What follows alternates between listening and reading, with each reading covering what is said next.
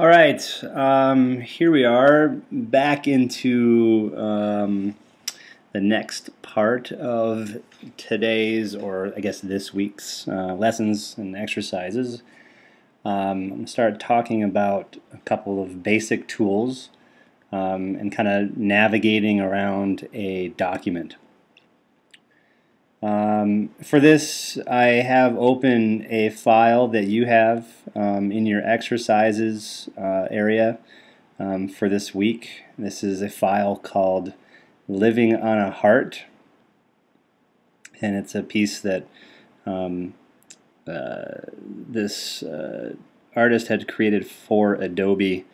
This is kind of part of one of their training elements. So I'm going to walk you through this file, and I would like it if for your first exercise, if after watching this video or while you were watching it, if you are savvy enough to be able to have a movie playing and work on a document at the same time, then that would be really cool. Basically, if you look at my window right now, the screen, I have a lot of space I could free up. I could move this window over like this and put this piece of work over here, and I could have a movie playing in this area. That would be pretty sweet if you could do that. If you're not savvy enough to do that, you should cheat yourself. It's not that hard. It's good to multitask. Especially this day and age. Okay, now this illustration has been created with very simple tools in this program. When you look at it, it's very detailed, it's beautiful, it's a really lovely piece of work here. And on first impression, you might be like, Jesus, that's nuts. I'd never be able to do that. When in reality, it's a piece that started off as a sketch on a piece of paper and was scanned and brought in to Illustrator, and from that point on was used as a starting point to create all of the rest of these details. And adding the color and adding the gradients and little highlights and shadows and the glistening drops and all that sweet stuff. So nothing really too crazy going on. I want to get in close and show you a few things so we can kind of get an idea of how work like this can be put together, and hopefully start to trigger a few parts of your thought process, your creative process, to make sure that you create work that is, decently layered and dynamic and well thought through, I guess. I just had a spider crawling on my head. That's always pleasant. Okay, so a few things just about the basic tools. I'm really just going to be sticking in the top area here. In fact, I'm just going to be talking about the top two tools first, and then a couple of the tools at the bottom, the hand tool and the magnifying tool, the zoom tool. So if you look at the top of your toolbar, you'll see that you have two arrows. Your first arrow is solid black, and that is called your selection tool. And the arrow underneath that is white, or it may be hollow. I don't know. It depends on how you look at things. And that is the direct selection tool. And these are the tools that you will be using all the time. And you might think that they're really nothing. It's just a selection tool, but they're super powerful and very helpful. So the first tool, the selection tool, the black one, is a tool that is used to select entire objects. And I would like to, before we jump too far into that, I'd like you to check out one thing, and that is called Smart Guides. And so if you go to the View menu and scroll down to Smart Guides and enable that, it would be check marked like this if it is enabled, and if I were to let go now it would disable it. So right now Smart Guides are active, and as I pass over different parts of the illustration, you start to see that things are highlighted with an outline. This is the Smart Guides at work, basically. Smart Guides are great for using them for alignment and spacing and placement and all that stuff. But it's also kind of handy. I'm saying handy, and I don't even really believe myself when I say it. I'll explain that in a second. Just to be able to identify shapes. I never use them. Hey, I didn't say most people don't use them. I actually am finding that I should just talk about my own habits. All right, I don't really use them much. I find them a little more annoying than helpful, except when I'm in a bind, I will turn them on. I've worked with a lot of students in this program, and it's one of my pet peeves when I'm standing over someone's shoulder and they're like working through their stuff, and this is on the whole time, and they're not using it. It's just creating visual distraction is what I think of it. I think that the outline is annoying unless I want to use it for a reason. And right now I'm only using it for the reason of showing you how different elements in here are basically separated and on their own. I'm going to do something real quick here. I'm going to zoom in to a sort of a detail of this, and we can do this several ways, and I'm going to show you all the ways to do this. We could use the little zoom tool down the bottom of your toolbar. If you grab the zoom tool, you can either click in a certain area and it'll kind of generally zoom in about like an extra 50%. So I just went from I think 100 to 150%, something like that.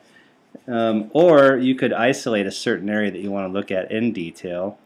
Maybe I want to come in and just get like this spot right here.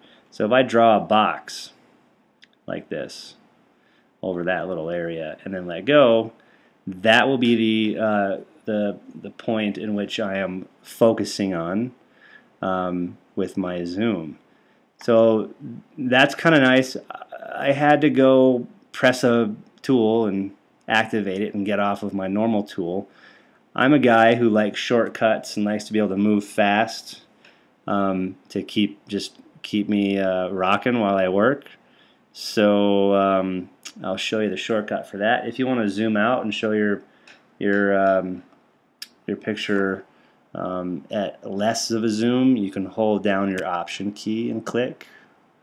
So that's a way you can zoom out, but it's kind of, it's slow. If you want to get somewhere and look at the whole thing real fast, you can go to View, Fit Artboard and Window. Look at the shortcut. That's Command 0, and that just pulls us back out to the wide sort of bird's eye view of our artboard. Fit the artboard to the window. So it'll be a different zoom according to how big your window is. If my window was only this big and I did that, then my zoom I'd be pretty far zoomed out. In fact, I'm at 67%. I look down the bottom of my window and that tells me where I'm at. So if I come back here and I can fit 106% zoom on my window on this laptop. Anyways, okay, so let's say we're back on the Move tool or any other tool and you want to zoom in.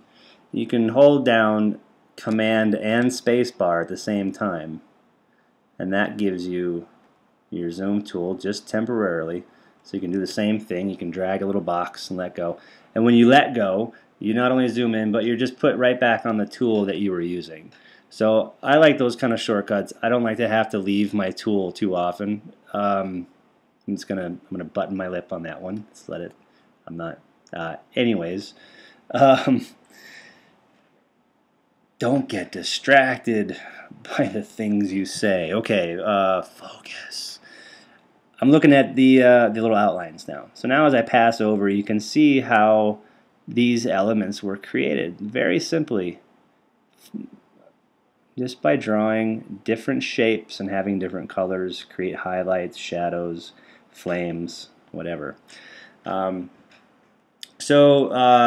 I would like to show you next is how to navigate around the workspace once you're zoomed into a document, and that is by using this hand tool. The hand tool, located just above the zoom tool, just allows you to grab and move around your artboard. It's just kind of like scooting around. You're not actually moving anything other than maybe like an invisible camera if you wanted to look at it that way. It's just allowing you to move around and check out different parts of your canvas. I do want to zoom out a little bit because I want to see this entire flame. So I'm going to do Command minus a couple of times. There we go. That's good. Command minus is zoom out. Command plus is zoom in. That's pretty common throughout a lot of programs.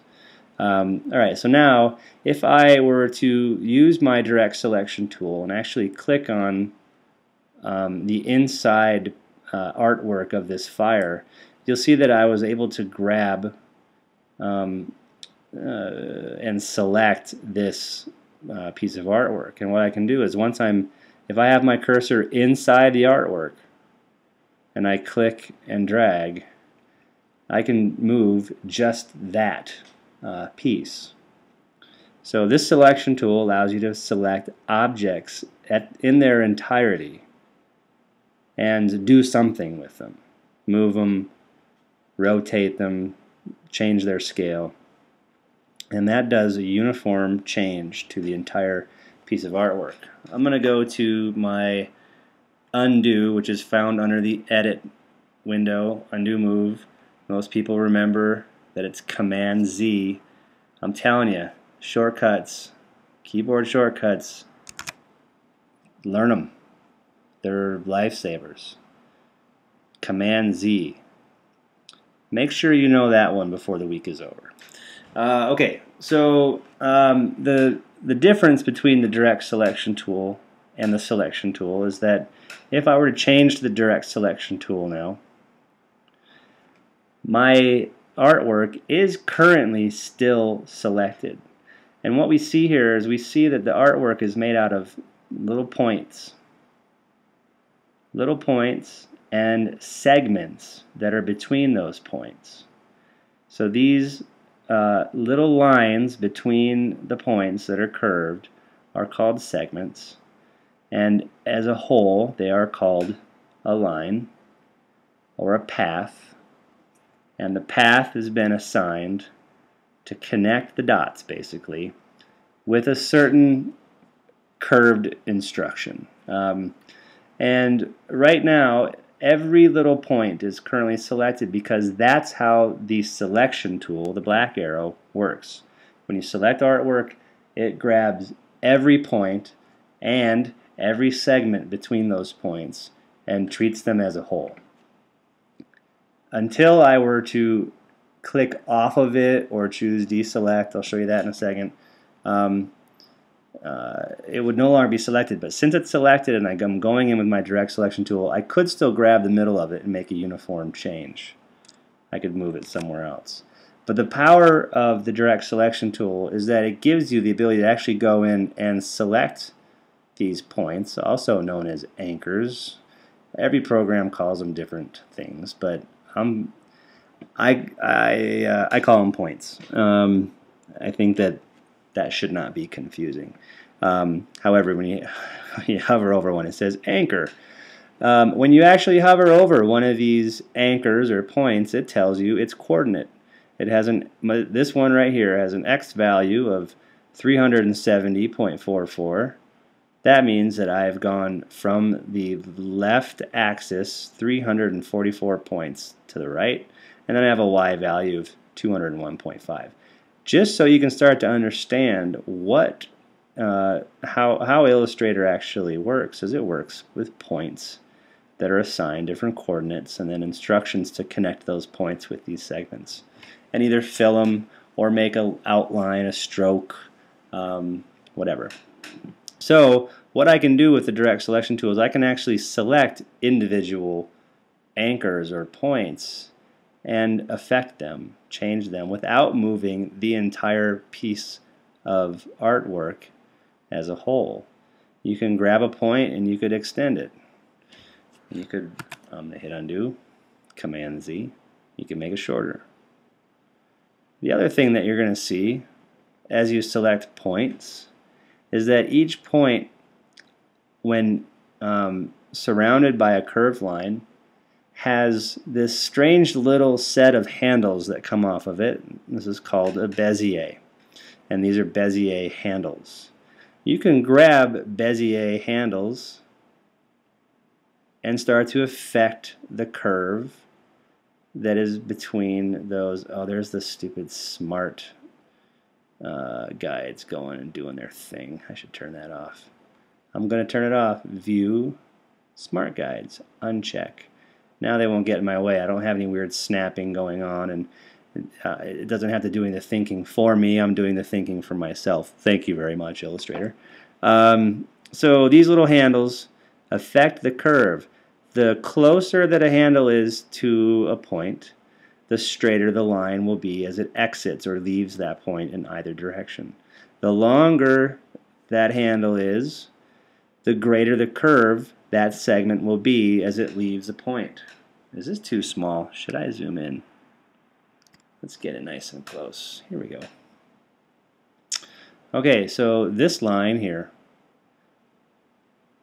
a point with two segments leaving it to the other points, has instructions to be curved, and it's this Bezier that gives it that effect. Here my handle is getting closer and closer and closer to that point. You can see that the line as it leaves is straight, and as it's longer, the line, the curve is greater. Same with this one. Whoops, I just grabbed the whole thing. Undo. Gotta watch that. I just did it again. You little booger. Okay. So here is the more powerful of the two selection tools, because it gives you the chance to get in and really refine your artwork, get points exactly where you want them, make curves, lines, straight lines, whatever, to your liking, so that they really give you the result you're looking for in your artwork. Alright, I'm going to zoom back out. I'm going to do Command 0. We're all the way back out here. What about deselecting? And that's something that is really handy. So I have a selection, and if you notice, there's a whole menu for selections. And these things are called, well, not called, they are Select All. And now you can see that every little element in this design has been selected. Oh, you could just do Select All on only the active artboard. So if I had 4 artboards and it'd Select All, it would select everything across the entire document. Or it could just be on the one that is currently active. Alright, and then I can choose Deselect, and that's going to deselect anything that is currently selected. And that's a really handy one to know the shortcut of, which is Command-Shift-A. You can see it right here. Command-Shift-A. So if I had this one selected and I didn't want it selected anymore, God, I have to go all the way up here and go to Select and Deselect? No, I just have to go to my keyboard and Command-Shift-A. So the more you work with programs like this, the more you start to remember and have these little shortcuts programmed. Like, it is absolutely second nature for me to hit Command-Shift-A. In fact, while I work, I have my hand, my right hand is holding the stylus for my graphics tablet. Oh, are you enjoying your graphics tablet, by the way? I hope so. You may have ordered one and it may not have shown up yet. You're gonna get it soon enough. You're gonna love it. Okay. Anyways, my right hand holds my stylus like a pen, just like an illustrator would, holding their pen. My left hand is very casually hanging out on my keyboard with the thumb pretty much just being the best buddy with the command key. And the other fingers are just ready to do whatever. Command Shift A. Command Z. Command S. Save. Saving is good. All right. I'm not going to geek out too much here. Okay. So selections. The selection tool selects an entire piece of artwork. The direct selection tool allows you to go in and get points and mess with those points. More control. Partnered up with the direct selection tool is the group selection tool. We're not going to deal with groups just yet. We'll get to groups and we'll talk about this group selection tool. But just for now, make sure that the icon that you see over there is your direct selection tool, not the one with the plus sign. Okay, so a little recap. Let's zoom in. Try it out on your own. Hold down Command and Shift, and let's zoom into a spot. Sound effects make Illustrator really fun. You know what's kind of cool about looking at this element of this illustration that was done by a professional illustrator is getting in real close and getting picky. Because from afar it looks perfect. But when you get in close, you find things like this. You're like, aha! Look, it's an extension of a line that shouldn't be. I could grab that point, and I could just pull it back into this little purple bit there. Maybe even line it up with that black one just a tad. Command Shift A for deselect all. And then little things like this, you know, but it's a pretty loose illustration. You can totally get away with this. But if it were me, I'd probably be lining these points up like that, and this one probably wouldn't go over. This one might come back over here. This one probably wouldn't overlap like that. I like to come in close and clean up. In fact, that's something we'll talk about later, is that sort of element of professionalism and attention to detail that definitely makes artists stand out. Slop is fine, and there is a time for slop. But going in and doing some cleanup, there's nothing more therapeutic than that, and even when it's, or especially when it's someone else's work. See, I can't stop now. This is a problem when it always happens to me in my physical face-to-face classes where I'm showing the students something and I get in the zone and I can't stop. I just can't stop. Oh, see, there's a little bit of black right there. I would probably hide that. And this is where that direct selection tool is the bomb, because it's just allowing me to go in and tighten it up. But would you be able to even tell I did any of that when looking at it from way back here? No, but if this was a big print and I was standing close to it, which you should do whenever you look at artwork, get close, get in there and look at it. Try to figure out how things were made. And get snobby and see where mistakes are. Yes, that's always fun. Anyways, my whole point was getting in close to just remind you that when you want to move around an artboard, when you're zoomed in, that no matter what tool you're on, if you press the space bar, it turns into your hand tool, and that allows you to move around without having to go to a tool. And then as soon as you let go of space bar, it bounces right back to whatever tool you're on. Going back to full screen here. Okay, one last thing I'll just show you real quick under View. Top one is Outlines. Look at that. It's not very pretty anymore. However, Illustrator is not having to think about any shadows, any gradients, any effects.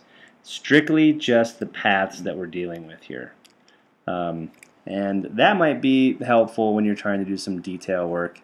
This gets a little crazy. Having to come in and figure out how to clean up this would just be insane. You know, that's nuts. I can't even tell you what parts of those lines are. It's kind of cool though. But you'll notice that your Illustrator will cruise through much faster, not have to worry about redrawing things as you kind of cruise around. But if it were a simple line like this, yeah, outline would work fine. But we'll just go back to preview, and you switch between those with Command Y, and there will be a time when you accidentally hit Command Y, and you see this, and you're like, you can't undo that. You can't undo that. If I go to edit, I can't undo that, and so it freaks people out.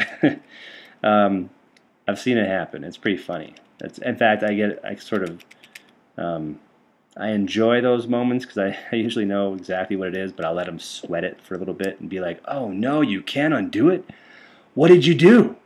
Like, I don't know. I didn't do anything. I went to do Command U or something like that, or they were trying to do something else, and I was like, "Oh really? You hit Y by accident." They're like, "What?" Go ahead and do it. Command Y, it brings it back, and they're like, "Oh, thank you." This is only our third video, and as you can see, I like to have fun and be goofy. So otherwise, it would drive me nuts to be just boring old guy talking about a program. So, bear with me. Call me a dork, whatever, but I'm having fun, so there. And I'm getting paid to do that. So, I guess I'm having a conversation with myself now. Teacher Greg was just having a conversation with student Greg, and student Greg is sticking his tongue out at teacher Greg. Okay, I think that's good. We covered our selection tools, selection menu. There's a few other things in the selection menu we'll do later, but right now, keeping it simple and not very short. All right, next up, we're going to start dealing with some lines and points and paths and all that stuff. So, okay, ciao.